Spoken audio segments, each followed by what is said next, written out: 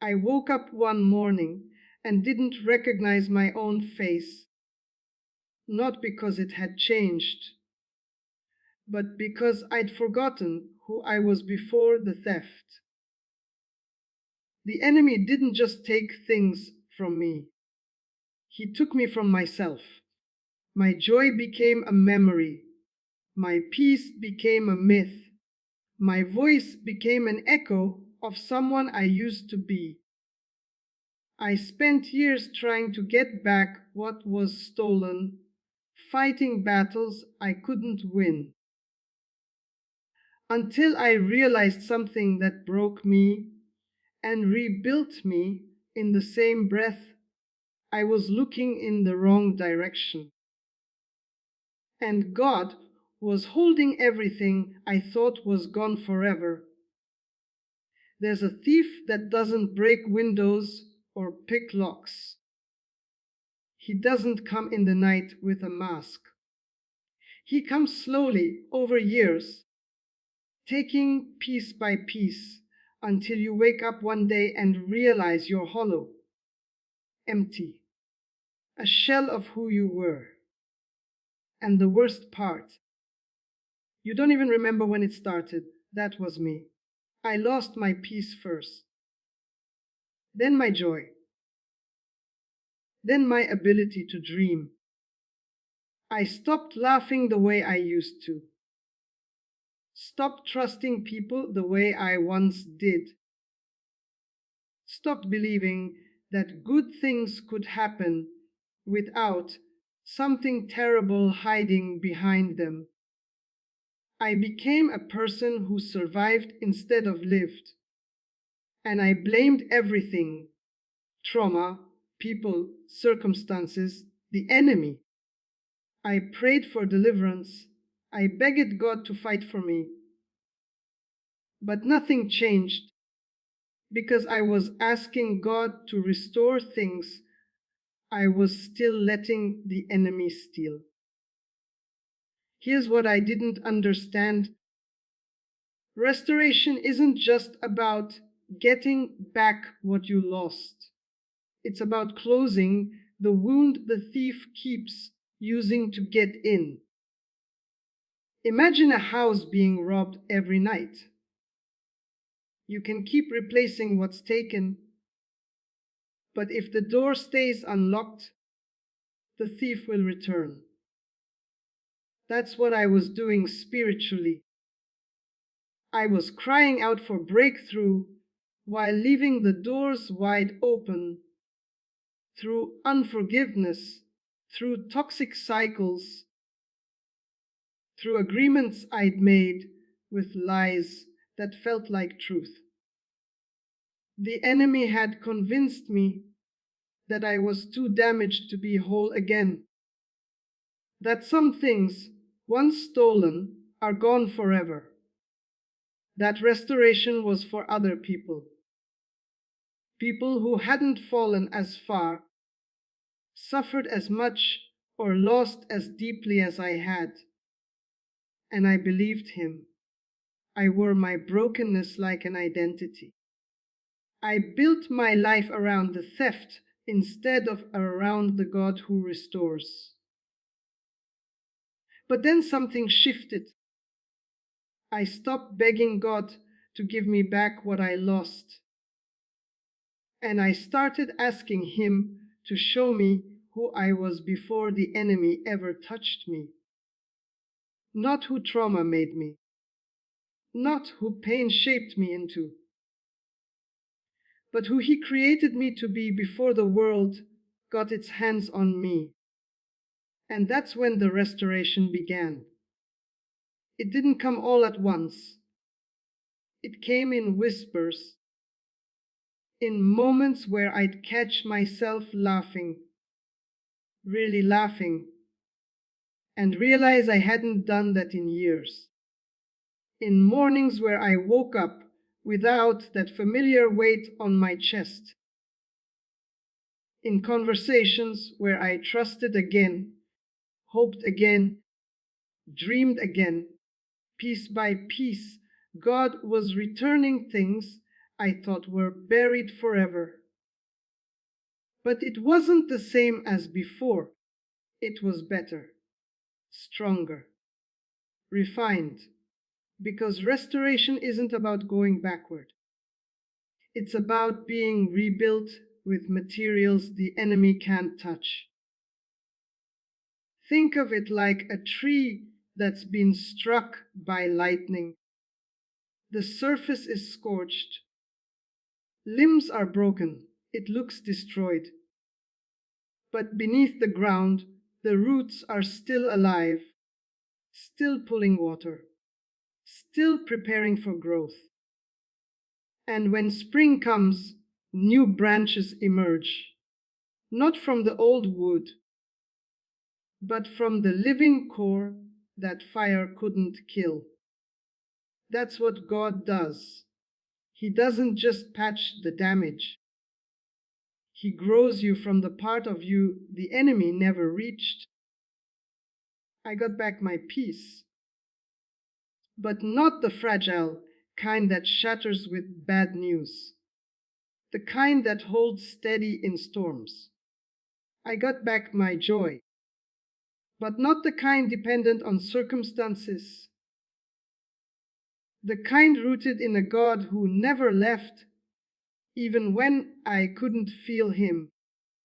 I got back my voice, but not the timid one that feared judgment, the one that speaks truth because it knows who it belongs to.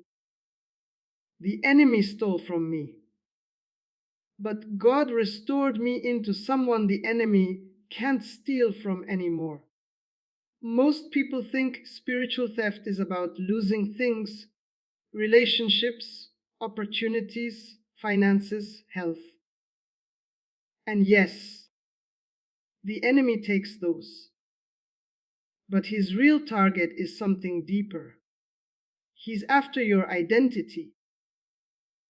Because if he can make you forget who you are, he doesn't have to fight you anymore. You'll fight yourself. Here's how it works. Trauma happens. Betrayal cuts deep. Loss devastates you. And in that moment of pain, the enemy whispers a lie. You're damaged now. You're broken. You're not who you used to be. And if you agree with that lie, if you let it settle into your bones, it becomes your new identity. You stop being the joyful person you were and become the one who got hurt. You stop being the dreamer and become the one who learned better. You stop being the lover and become the one who can't trust anymore. The enemy doesn't need to keep attacking you once this happens, because you live from the wound instead of from your truth. You'll make decisions based on what was stolen instead of what remains.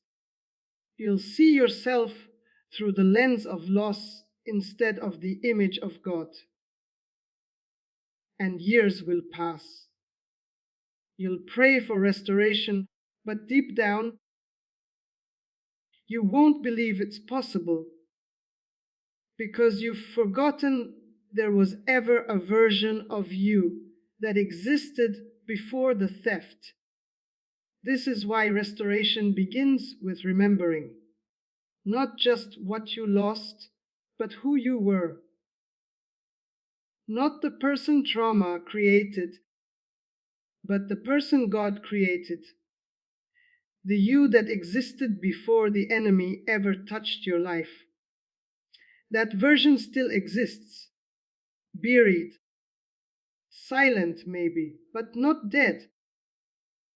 And the moment you stop identifying with your wounds and start identifying with your Creator, the enemy loses his grip. Because you can't steal from someone who remembers they were never defined by what was taken. we approach restoration wrong. We think it's about going back to the relationship, back to the opportunity, back to who we were before everything fell apart.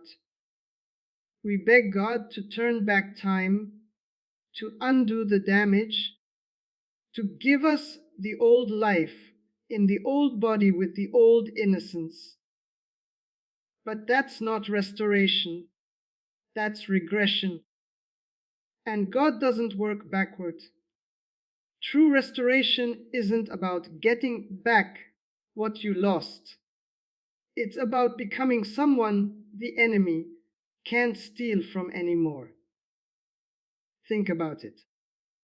If God simply returned everything the way it was, you'd be vulnerable in the same ways. The same doors that let the thief in would still be unlocked. The same weaknesses that were exploited would still be unguarded. The same patterns that led to loss would still be active. You'd get everything back just to lose it again. But when God restores, He doesn't just patch the holes. He rebuilds the foundation. He closes the access points. He strengthens what was weak. He removes what enabled the theft in the first place. The people pleasing, the lack of boundaries, the fear-based decisions, the toxic ties you mistook for loyalty. He doesn't give you back your old peace. He gives you a peace that doesn't depend on perfect circumstances. He doesn't restore your old joy. He gives you joy rooted so deep that external chaos can't touch it. This is why restoration often feels like loss at first. God has to remove what you're clinging to, the old version, the old coping mechanisms, the old ways of protecting yourself that never actually protected you. It's painful. It feels like death. But it's not death. It's surgery. He's cutting away what the enemy used as entry points. And when the restoration is complete, you won't just have what was stolen back. You'll be someone the thief can't touch. After devastation, we look at the ruins and think, I need to put this back together. So we try. We gather the broken pieces, the shattered trust, the fractured faith, the damaged self-worth, and we attempt reconstruction.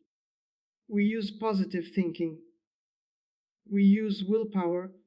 We use the same strategies, the same patterns, the same materials that broke in the first place. And we wonder why the foundation keeps cracking. But God doesn't work with broken materials. He doesn't salvage the parts of you that trauma twisted or that the enemy corrupted. He goes deeper, past the surface damage, past the learned behaviors, past the defense mechanisms and survival strategies. He goes to the core, the part of you that was created in His image, the part that existed before the world touched you, the part the enemy never reached no matter how much he stole. This is the part of you that still believed in goodness even after betrayal. The part that still felt compassion even after being used. The part that still hoped even when hope seemed foolish. The enemy attacked everything visible. Your confidence, your relationships, your sense of safety. But there was something he couldn't touch. A spark, a seed, the DNA of God woven into your spirit before you were born. That part didn't break. It went dormant. It waited. And when God restores, He doesn't use your trauma. He doesn't use your pain. He uses that hidden, unshakable core. He breathes on it. He waters it. He grows you from the inside out. Not from what hurt you, but from what the hurt couldn't kill. This is why restoration makes you stronger. Because you're not being rebuilt with the fragile materials of human effort. You're being rebuilt with the eternal materials of divine design. And what God builds, the enemy cannot break. Here's the trap most people miss: the enemy doesn't just steal and leave. He plants something in place of what he took. A lie, a belief, an agreement that feels like truth because it came through pain. And as long as you believe that lie, restoration can't fully come, because you're holding the door open from the inside. When the enemy stole your peace, he planted the lie that you'll never be safe again. When he stole your joy, he planted the belief that happiness isn't for people like you. When he stole your voice, he whispered that your words don't matter anyway. And when trauma validated those lies, when life kept proving them true, you stopped seeing them as lies. You saw them as wisdom, as realism, as protection. But they're chains, and you can pray for freedom while still wearing them. You can beg God for restoration while simultaneously agreeing with the enemy's narrative about who you are and what you deserve. You can cry out for breakthrough while believing deep down that you're too broken, too far gone, too much of a mess for God to fully restore. This is why mindset isn't optional in spiritual warfare. It's not just positive thinking or toxic optimism. It's about renouncing agreements. It's about recognizing the lies that feel like facts and calling them what they are: enemy propaganda. It's about saying out loud, I am not too damaged. I am not disqualified. I am not defined by what was taken from me. Because every lie you believe is permission for the enemy to keep what he stole. True restoration requires you to stop defending the enemy's narrative. Stop protecting the pain. Stop agreeing with the wound. God is trying to give you back everything and more, but He can't put new wine in old wineskins. He can't restore your identity while you're still introducing yourself by your trauma. The breakthrough is waiting, but it's on the other side of the lie you're still believing.